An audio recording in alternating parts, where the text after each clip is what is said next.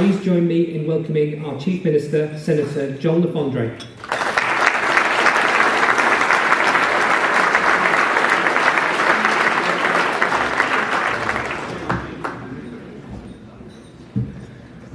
Good afternoon, everyone.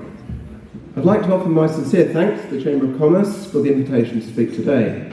I'm sure that several of you would argue that this speech is already long overdue, and if you believe the JP's cartoonist, I should have a far better tan and look significantly more rested than I do. As some of you may know, I also apologise for my voice. I'm in danger of having a Theresa May moment at the moment, so please bear with me, and I'm not talking about the Dance style either. But anyway, in the past 4 months, it's been a fairly intensive period where both I and the new Council of Ministers have been far from idle. We're in a transitional phase across government, not only within the public service, as we move to implement what we're referring to as the new target operating model, but also in the Council of Ministers as we develop new ways of working as an effective team. Any change professional will tell you that embedding change and getting people to accept new ideas is not an overnight process. And as a Council of Ministers, we've spent the last 125 days focused on getting it right. We've each become familiar with our portfolios and have built fundamental relationships with the officials and leaders who will implement our strategic vision. We've been dealing with complex legacy issues from across the 8 years of the previous administration, and critically, we've developed a meaningful strategy for the next 4 years. I will not apologise for taking the time necessary to do that. It would have been very easy to come to you earlier with a wish list of policy ambitions. But it would have been just that, a wish list without detail, or perhaps more importantly, commitment from the Council of Ministers as a whole. Now for the first time, or at least one of the first times, we have a Council of Ministers that has come together from across the political spectrum to agree a common strategic policy. And for the first time, we have a civil service that has begun to break the silos that in the past have inhibited real progress against strategic aims. We now have the opportunity to make meaningful and measurable changes to islanders' lives by implementing our agreed priorities. We worked throughout the summer in a series of working groups and common special sessions to discuss and finalise our priorities. And I believe that the focus we give to them will make a real difference to Jersey, making our island stronger, safer, healthier, and perhaps more importantly, more self-confident. The Common Strategic Policy, we abbreviate that to the CSP, which was lodged with the States Assembly last week, is a statement of our high-level ambitions. It's not a manifesto or a detailed programme of activities, because we'll set that detail out next year in a fully integrated 4-year government plan, along with the details about what it will cost, and more importantly, particularly I suspect to people in this room, how we'll pay for it. The government plan will incorporate and replace what used to be referred to as the medium-term financial plan, and will bring together the policies, the actions, and importantly the funding we need to deliver on our priorities in one place. And I'm delighted that we're doing this, because it marks a real difference from the previous ROAD process, and one that I've experienced, as have other people in this room, but one that I've experienced for the past 12 and a half years. But that's not the only difference. We've listened to islanders and to states members during the election campaign and in the months that followed, and we've pledged to work differently. And I want you to leave you in no doubt that we will tackle the contentious issues, including implementing a comprehensive migration and population policy. We will work in a closer relationship with the States Assembly and the parishes to provide more effective services for islanders, and we will listen to all of our stakeholders, including the Chamber, who have the knowledge and the experience to ensure that the policies we develop are fit for purpose. At the heart of the CSP are 5 priorities which ministers have developed and unanimously agreed should be the touchstones for our government. And to run through them briefly, we'll put children first by protecting and supporting them, by improving their educational outcomes, and by involving them in the decisions that affect their everyday lives.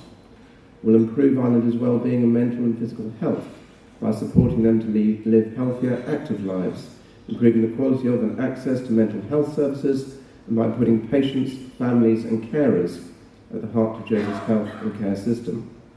And today, in case you've missed it, today is World Mental Health Day, and I cannot think of a better time to make this commitment and to get islanders talking about ways to look after our mental health, especially in our young people.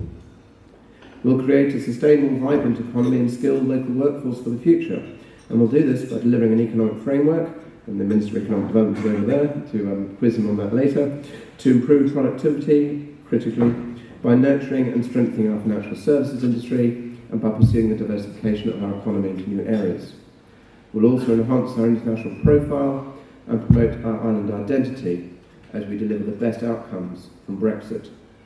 And we'll reduce income inequality and improve the standard of living by improving the quality and affordability of housing, improving social inclusion, and by removing barriers to and in employment. And finally, we'll protect and value our environment by embracing environmental innovation and ambition. And we'll do this by protecting the natural environment through conservation, sustainable resource use and demand management, and we'll improve the built environment to retain Jersey's sense of place, culture, and distinctive local identity. So those are the 5 priorities, but it's also underpinned by a series of 6 common themes that stretch across departmental responsibilities and 4 ongoing initiatives, including the development of a modern, innovative public sector that meets the needs of islanders effectively and efficiently. Now, some people have questioned why there isn't more detail about how we'll pursue those policy priorities, and say that they are too high level. And yes, they are broad, overarching ambitions, but without a strategic framework to set direction, we risk compiling a programme of activities that lack focus. So this CSP is the foundation on which we will build and what we do across the next 4 years. And it is the standard against which the Chamber, industry and the public will hold this government to account. Now, of critical importance, I suspect, to the audience here today, is the pledge that we've made to provide a sustainable, vibrant economy and to build a skilled local workforce for the future. And as we all know, Jersey has a rich economic history based on fisheries, agriculture, tourism, and the now dominant financial services sector. We have successfully maintained all of these sectors within our economy and must recognise their shared importance in our history, culture, and prosperity. The financial and professional services sector has been the bedrock of our economy over recent decades. It is vital that we continue to protect and invest in this sector while embracing new opportunities in both long-standing and developing industries. And our economy must be supported if it is to grow, innovate and diversify. We also must stabilise and reverse the recent declines in productivity, because low productivity impacts our economic competitiveness, earnings and islanders' quality of life. And we need to ensure that the policies we develop to address these issues are built on strong evidence foundations with the support of industry and the public. So the big question is, how will we achieve this? And our first step will be to work with partners, including the Chamber, to develop costed, detailed policies and activities relating to our strategic priorities. So in the interest of transparency, yesterday we published a draft programme for developing what we're referring to as the government plan. And I really do emphasise that's an initial programme of activity that will evolve over the coming months into a full programme of work. It's what sits behind our 5 priorities and shows the depth and breadth of the analysis and discussion that ministers were having over the summer as we developed the CSP. And it shows how we'll translate the strategic priorities into detailed and deliverable outcomes within the public resources available for inclusion in the government plan next year. Integral to our ambitions is the need to develop a comprehensive economic framework that will develop the evidence we need to assess and prioritise how and when we act. And we will work with all sectors of the economy to understand their long-term policy, legislative and resource needs, and design and implement economic development policies as a result. This means that Chamber and our other partners will no longer be working in a vacuum, but will have meaningful engagement in policy development. And this will support the government in pursuing opportunities that create the most benefit for people and the island as a whole. We will also ensure that Jersey's infrastructure is fit for our future needs, including public buildings, sporting and cultural facilities, utilities and the digital environment. This will mean investing in St Helier to make it a more desirable place to live, work, do business and to visit. And to enable this, we will align the economic framework to an investment framework. We will also consider creating an investment fund to support the delivery of the economic and investment framework. So aside from broader policy objectives, there are concrete commitments we'll make in the coming weeks, months and years to enhance our economic success. We will establish a Policy Development Board to develop an agreed population and migration policy that balance population pressures against our economic and environmental needs. We'll focus, and I think I've seen the Minister of Education somewhere down there, we will focus on improving education and skills in the island by introducing proposals for a higher education centre of excellence and student campus fit to deliver both the academic and vocational skills and needs of the island, including digital, finance, innovation, tourism, marine and creative industries. We'll also continue to expand Jersey's positive international reputation and promote our island identity beyond financial services. I believe that our international reputation should reflect the richness and diversity of our island's talents and the many ways that we act as a responsible global citizen, such as through the work of the Jersey's Overseas Aid. And in 2019, we'll launch the Global Jersey campaign alongside our arm's length partners to demonstrate the island's global expertise and reach in international development and philanthropy, hospitality, conservation, culture and the arts, as well as financial services. And I know the Minister for International Development is very keen on that. We want to provide a focus for the opportunities of the island beyond Brexit and our credentials as a global partner of choice. One of the ongoing initiatives that we also set out in the Common Strategic Policy, which has long been an area of particular focus for me, and possibly even the former Treasury Minister who is sitting over there, is the need to establish a sustainable fiscal framework on public finances and make better use of our public assets. As the Treasury Minister announced on Monday in the draft budget, the forecasts point to a structural deficit in our public finances of between £30 to £40 million between 2020 and 2023 unless we take action. So we are taking action. In 2019, to mainly bridge this gap between our expenditure and our revenues, and it's a forecast gap, the public service will make sustainable savings totalling £30 million a year. There will also be further measures announced in the budget. Now, these are not one-off efficiencies, but a permanent reduction to the costs of the public service. And these savings have been identified through the due diligence work that has been going on during the year, and are the first tranche of efficiencies that will be delivered by the One Government Modernisation Programme that the Chief Executive of the States is leading. Some of those savings will be achieved through a permanent reduction in the size of the state's workforce. And here, I should point out, that the state is currently carrying around 600 vacancies and has a staff turnover rate of 12%. So responsible headcount management is a realistic and pragmatic approach. The remainder of the savings will be achieved as a result of modernising the states by improving processes, better commercial contract management, consolidating assets, stopping the duplication of effort, and through the digitisation and automation of routine tasks and services. This is only the start, as over coming weeks, as I've said, we will refine our work on efficiencies for 2020 to 2023, and as I said, to re-emphasise, the Treasury Minister, I'm anticipating, will provide an update of those measures in her budget in December. Now, I know that many of you may be thinking, I've heard all this before. I might well be thinking the same thing, actually, if I was sitting down there. But I do want to be crystal clear that the Council of Ministers and this Chief Minister are committed to seeing these efficiencies implemented. Now, we cannot ignore the impact of Brexit on our long-term policy ambitions.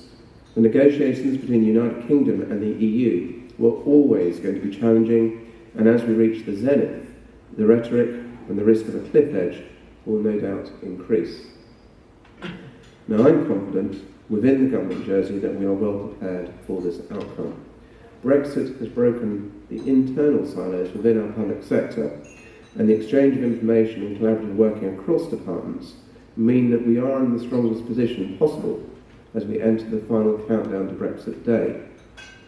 And as a business community, as well as a government, we need to demonstrate to investors, to intermediaries, and to our global partners that we have the necessary contingency planning in place for Brexit and the confidence to continue offering world-leading financial services. And I want you to share that confidence, built on an understanding of our unique position, of our detailed planning, and our robust engagement with the United Kingdom. And we've recently undertaken a planning exercise across government to ensure that all departments are prepared for and able to manage the potential risks to their areas of responsibility in the event of a hard Brexit.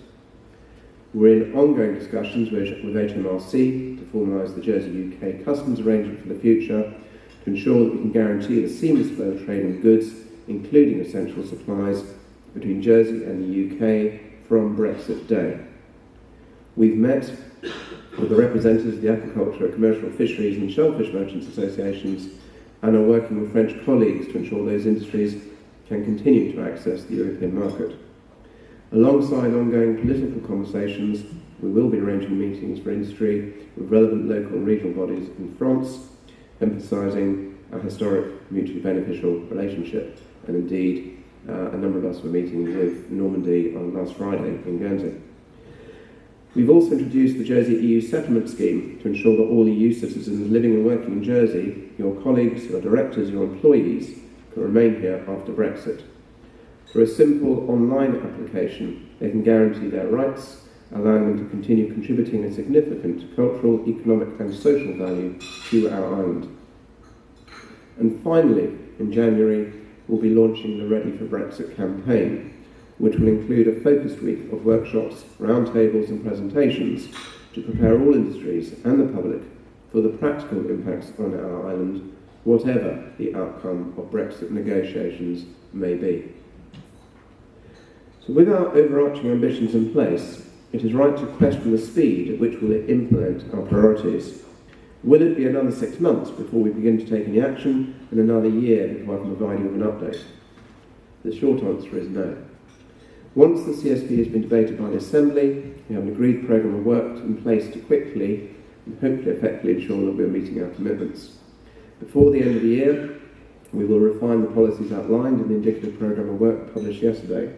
We will also complete the move of our customer-facing services to a single site on Lamont Street.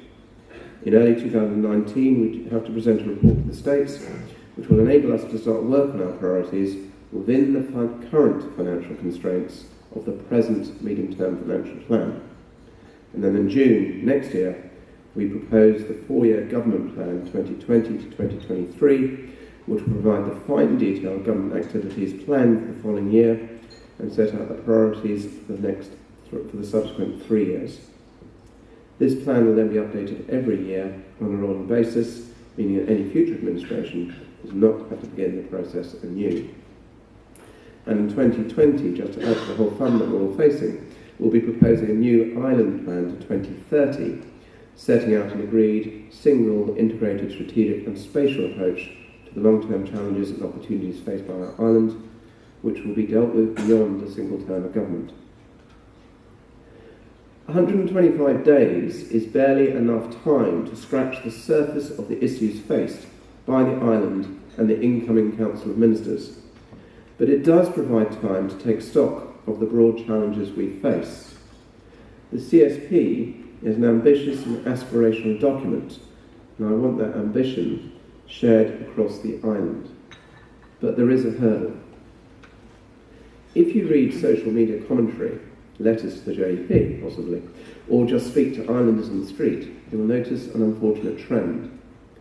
We have become at best complacent and at worst openly cynical about our island and every decision taken, before giving the time to see if it will be effective. We have to change that way of thinking. We all need to make a commitment to give the space and opportunity for real change. And I would also ask for your support for the work of the State CEO, Charlie Parker, who I know was received positively by the Chamber in the past, in the complex and challenging job of modernising the public service. We are changing as a government, to ensure that we offer the most efficient and cost-effective public services. But this was never going to be a painless process, and it was never going to be a quick one. But we are delivering the change that was asked for during the elections. Now, if you believe as I do, we'll write a letter, hopefully when we get it right, answer the criticism you hear on the street, and be prepared to stand up for change and the priorities we have set. Now, we used to have a message that Jersey was a welcoming place, and one that valued its culture and its individuality, and it wasn't afraid to take the bold steps to maintain a thriving economy. That message was marred by the scandal of child abuse, poor spending decisions in certain instances, and a loss of confidence in government. We have recognised our failings, and we are moving and have moved to put them right. And today with the CSP, we have a new vision for the government and the people of this island. We will put children first, and we will create a more equitable society where we reduce income inequality and provide opportunity for all. We will provide the services that lead to longer, healthier lives for our islanders. We will develop a diverse, thriving economy whilst recognising our responsibilities both as a global citizen and to our own environment. And we will have pride again in Jersey and our ambitions for its future. We should start spreading that message today. And thank you very much.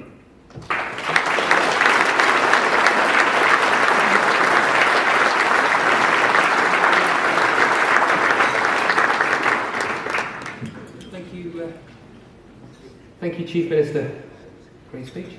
Now on to the question and answer session. We have a couple of roving mics. So if I could see a hand if you want to raise a question, and please state your name and where you're from.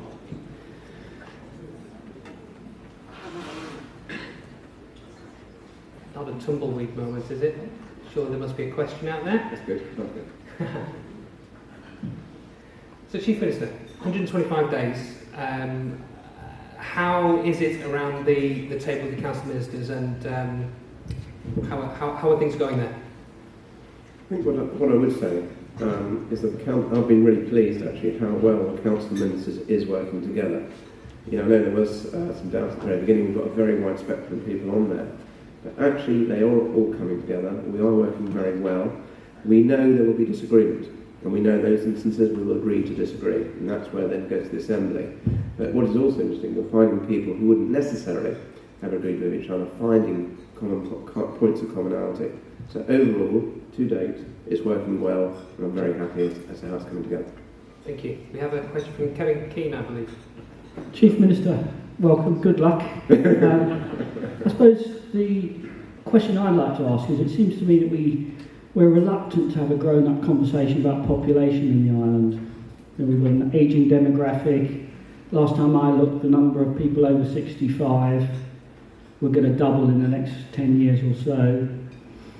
But you guys seem to want to tell everybody that everything's going to be okay and there's no difficult choices and we can really control population, all this stuff, and it kind of never makes much sense to me. So when are you going to organise a really grown-up debate about this, and a recognition that if we're going to have 10,000 more pensioners, we're probably going to have a population of 115,000 people?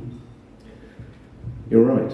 To an extent, we've actually started setting the foundations for that debate. And what that means is that the original policy that had been lodged and been deferred, we have put off. I think partially because we obviously have Brexit coming through, so did you want that kind of, just have a degree of certainty for employers for the next year and for employees. But most importantly, part of the original proposals was predicated on certain pieces of work being done.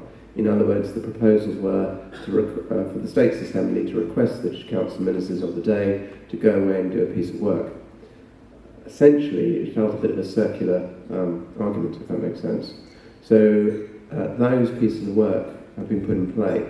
So I set the statistics department going on certain pieces of work about 6 or 8 weeks ago. It's not been done before, as far as I'm aware, certainly not in recent times, and it's going to take them time to collate that information. That will then give us some evidence and some data to then formulate that discussion. We're in the process of that's going to take 3 or 4 months for them to do the piece of work. We're then in the process of, and I'm waiting for the terms of reference to come through, setting up what we're calling a policy development board, which I referred to in the speech, and there will be some external people sitting on it from industry and from elsewhere to then formulate that argument. And at that point, we can then go out and start having that discussion. But you've got to get the foundations right first. We do have to have a proper debate. My intention is that we do that over the next 12 months, and that then something's coming back to the Assembly within that period. But yes, we know it's going to be difficult, but we have to have that discussion. Not afraid to have that discussion. Okay, another question, please. Come on, you're all bursting. There's a question here. Thank you. Thank you, Chief Minister, for a good introduction to what will be a busy term, no doubt. As I'm Jason Lacey from KPMG, as I'm sitting on the digital jersey table, Tony will want me to ask you what your support for a digital future and indeed present for the island looks like. What help can Digital Jersey and colleagues hope to get from the Council of Ministers and your government? I think that's what you asked me to ask, is it? Well, I think the answer is that actually look 3 people to your left and to the Ministry of Economic Development. Now, one of my problems as the Chief Minister is actually how much has ended up in the Chief Minister's department, and digital is actually in there. And so one of the decisions we've made, it's got to be formalised, but it's happening, is that digital will go back to economic development, and that's to put proper focus on it from an economic perspective, from an economy point of view. We've got to give it that priority. It's one of the next arms of our economy coming forward, if it isn't already there at the moment, if that makes sense. And I want to see it given the focus it deserves. That's why it's going back to economic development. And again, there will be a board being put together on which I expect representatives from digital and industry generally to sit on. I'm hoping to have that in place.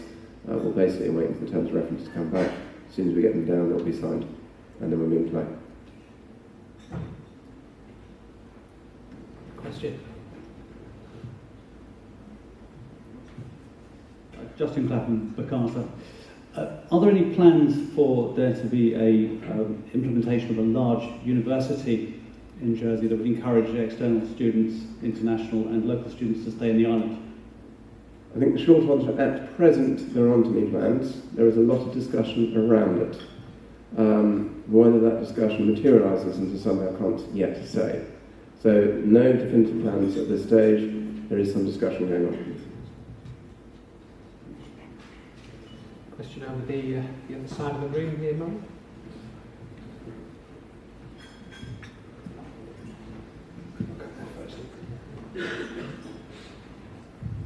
Yeah, hi, Chris Peach from the Radisson. Will you have an immigration / work permit plan in place before next season? And will you be considering reducing the minimum salary requirements for work permit applications? If by next season you mean 2019, I assume. At present, it's intended the existing regime will be rolled through into 2019, so you've got the certainty to know what you're operating under. So essentially, the present regime carries through into 2019. When we bring back the policy, as I said, if we say 12 months, that's towards the end of next year, we'll then work out timing from there onwards. But we do want to make sure that industry is catered for, because you need certainty, and this is it's a medium to long-term change.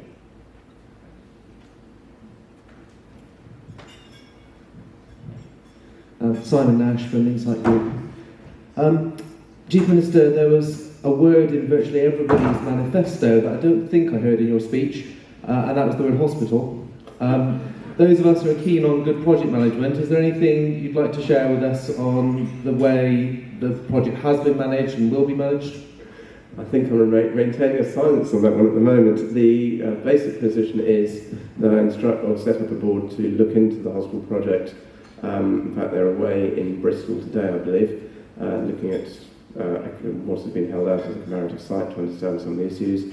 I'm expecting them to reporting back probably end of this month, first week of November. That's kind of the timescale they're working on, and I shall be reading their report with interest. At that point, I shall be making a comment.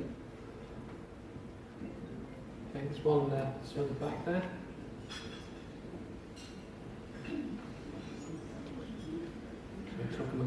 for a minute. There you go. This could be a really dodgy table. Tony Bennett, Roscoe. The State's Innovation Fund was rather a catastrophe, but the idea itself was good, and I know that Taylor Moretta of Digital Jersey's come up with some good suggestions as to how it might work. Are you planning on reviving that at any time in the future? Yes, I should explain my comments about a dodgy table, because I think I know 90% of the people on there from probably age of childhood and working life. So there are also a lot of secrets about me, I suspect. Short answer is yes. We know there were control issues around the whole innovation fund, but the principle was sound. And again, we're just going to work out where it ends up. I know what I want it, where I'd like it to, and again, that will be something that's sorted out fairly soon. But the shorter answer is yes, and it will be coming back.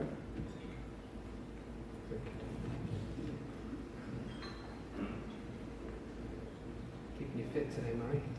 Hi, I'm Sasha Gibbs, CCA Galleries.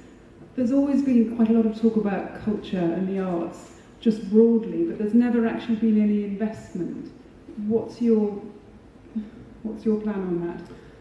Right, so firstly, as you may or may not have seen, in the CSP we have specifically referred to culture in a number of areas through the whole plan. And secondly, you're right, we are acutely aware of some of the pressures being faced across, shall we say, certain cultural organisations as a starting point, and we are seeking to try and address them.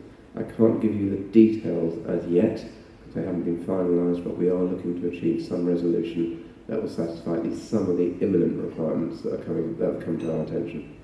And then from there onwards, it's going to be a combination of, obviously Lyndon has, one of his assistant ministers is responsible for culture, putting emphasis on it, and obviously Karen Lavey, as International Development Minister, is also looking at external culture as well. So those two will provide the focus that hopefully will at least increase the focus that hasn't been there before. And back again then, Murray. You stay central in the room, I think.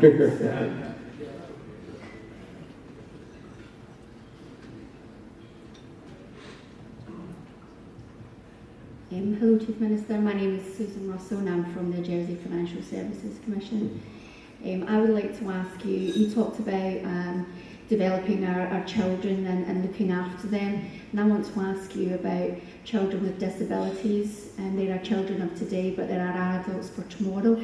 And what do you have plans, especially regarding housing, etc., and looking after them within their adulthood? I think the very quick answer is that obviously there is a disability strategy and we're committed to implementing it. In terms of housing, we are going to, again, as a separate piece of work, looking at overall, let's call it affordable housing, but that would fall under the area you're talking about, and I would expect that to be covered in that piece of work. Again, that's forward, it's in the process of being set up.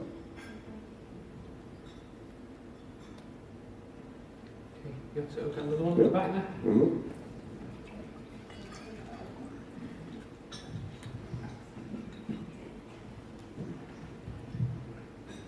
Chief Minister, thank you for an interesting speech. Mike Barnes from the Hotel Bosie.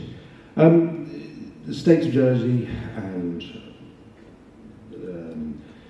the financial industry and construction are all sort of growing at a rampant rate at the moment. One of the things that worries our industry is local inflation, especially when it's markedly above the UK and the continental Europe. What sort of plans do you have to try and keep our local inflation in check, because you don't have the obvious lever of interest rates on borrowing money and so on and so forth? That's quite a fun question, that one. I suppose the easiest answer is much increased work on productivity, and that is a piece of work that has commenced and Centre Farm has set it going.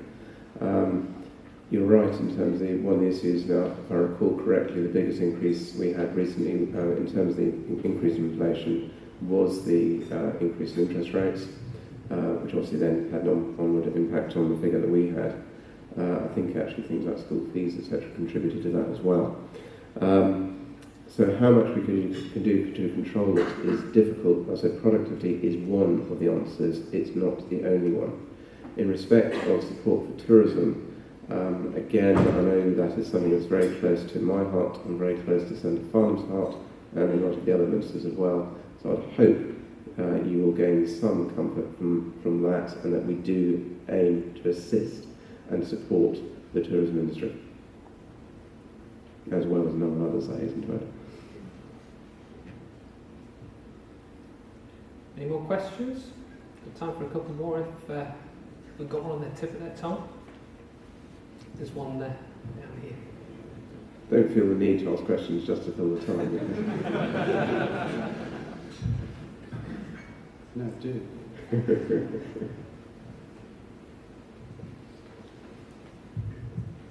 Thanks, John McGranahan from JMIC. The last question just touched upon the construction industry growing at the moment. There seems to be like a lack of skilled labour in the construction industry, which we are in. Is there any, I don't see anybody coming to the island or immigrating to the island with skilled labour. Is there any strategy that you've got in place at the moment to attract people with skilled labour, either from outside of the island or to train people within the island in skilled labour, to offer an attractive alternative to people going into the finance industry and maybe being attracted into the construction industry? As far as I'm aware, there are certain policies that have been in place, and I do know particularly, again, it's in the policy document that we've just issued, that skills is quite a big focus in there. And again, and you can see you could see a nodding over in the corner as you were asking your question, the education minister is very focused on that as one of her priorities. So looking ahead, yes. Chief Minister Doug Melville from the Channel Islands Financial Ombudsman. A question for you about your friends on Team Green across the water in Guernsey. What opportunities have you identified, and what process and approach will you take to try and find those opportunities for effective cooperation with the other island in terms of finding those efficiencies and providing a common front where appropriate, given the external challenges faced by the Channel Islands? Okay, dealing with the second part of the question first, I think, so the common front in terms of challenges we face. But all three of the Crown dependencies, the Jersey, Guernsey, the Isle of Man, do work very well, particularly on the financial services side, in dealing with what I'll call constitutional matters that we are facing from time to time. Now, whether that's Brexit, or whether that's the EU Code Group, or other matters, particularly things like substance and financial services, we work very, very well together already. In terms of between Jersey and Guernsey and the opportunities for savings, again, I think there's a recognition within both islands that we should be doing more.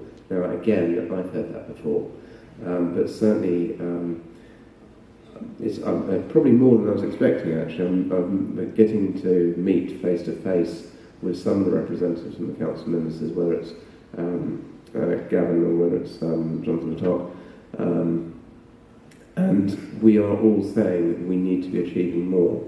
So put some flesh on it. Before the summer recess, there was a working group, an all-day working group together held in Jersey of the relevant politicians to try and identify areas of working. And there has been officer support and exchanges across the islands to identify where we can make savings. So it is a strand of work that's going ahead. At the very small level, I think the emergency officer has been just signed off and shared with it between the two islands. I'm looking for a lot more than that. Both islands are. So nothing yet to report other than the relationship looks good, and other than the fact it looks positive that we can achieve something. We have another all-day ministerial group, I think in Guernsey, and I think in December, and hopefully then we'll start building up, so in advance of that and after that, building up on actually producing something tangible. But there is a work stream happening, and I think there is a will to achieve something this time around. Okay, you got any, that one there?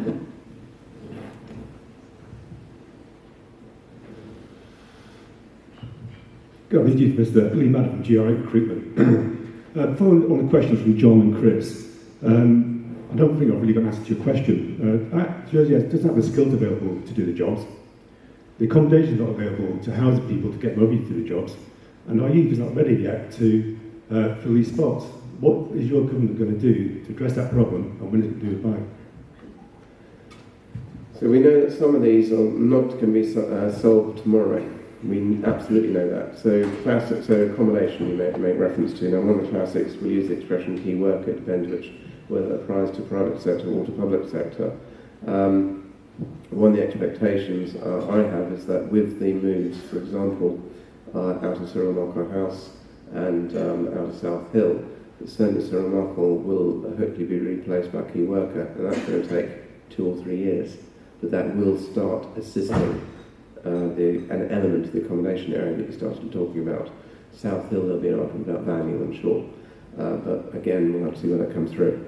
So there are some opportunities, I think, in some of the brownfield sites that the states can release to achieve some of the accommodation issues that you refer to. Skills-wise, again, as I said, that is a longer-term plan, and it is something that's got to be coming up through the education system. In terms of bringing people in, this is when we get into the discussion right at the very beginning from Kevin Keane about the hardest decisions we've got to make on population control. Can't give you a straight, easy answer on that one. We'll support what we can, but we've got to remember that the last 4 years, the plan was 325 people coming in a year, and we had over 1,000 or more coming in each year. That has caused in itself a lot of problems from the point of view that's put greater pressure on house prices and all the other pressures coming through. So those are the difficult discussions we've got to have. So I can't give you an easy answer right now.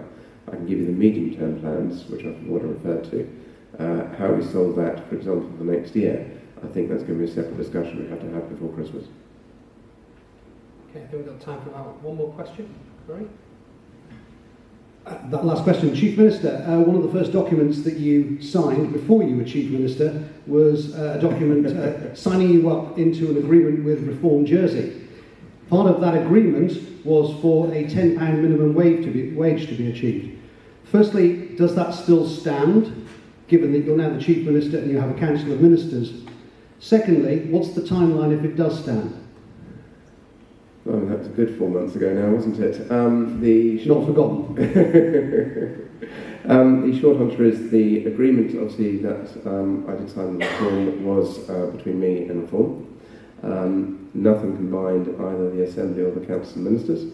That doesn't mean we're not going to work to improve, and there has already been a commitment about improving the minimum wage up to a certain level over a certain time frame. And unfortunately, I've just gone blank as to what year that they're aiming for. I'm going to say 2022, but it might be 2020, and you probably know the number better than me because I've just had a brain blank. But after that, I think we've just got to make sure that we work with industry to see what's effective. It is something that the Council of Ministers as a whole has to approve.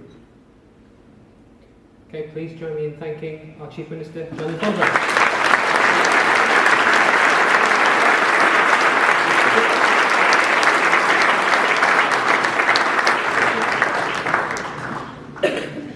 So we're nearly there. Okay, so as I mentioned earlier before we had lunch, we have a couple of events coming up. So we have our Chamber 250 Black Tie Dinner. We've got about 20 seats available. So please get onto jerseychamber250.com and get your seats booked. They're going quickly. Also, Kate Nutt is speaking at our next Chamber lunch, which is on the 14th of November at the Pom d'Or. So that will be, again, another, I'm guessing, a sellout lunch. I think it's a subject, Brexit is a subject we're all interested in. I want to thank Jocelyn from Jersey Employment Trust who came up here and spoke, so thank you. And another call again, please make sure that you support Jersey Employment Trust. These events don't just happen, they take a lot of organisation and they also take sponsorship in order for us to keep the prices where they are. So I would like to give a heartfelt thanks to Hawksford, who are our sponsors of this event, and I'd like to call on Steve Spivey to come and give the final thanks. Thank you.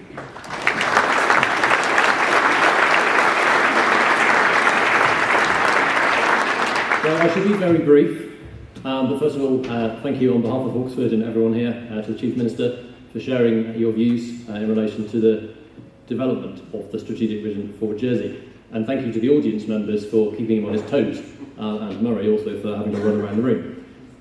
Sitting listening as a parent and also as an employer, there were a couple of things that stuck in my mind as I was listening to the discussion.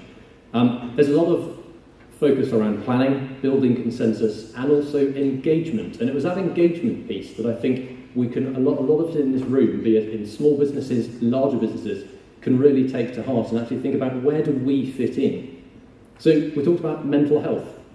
And I think it's particularly fitting today to think about what can we do as employers, both with our existing workforce and also to educate our workforce in relation to how we deal with children's mental health issues. Again, linking back into that common strategic policy which is being shared.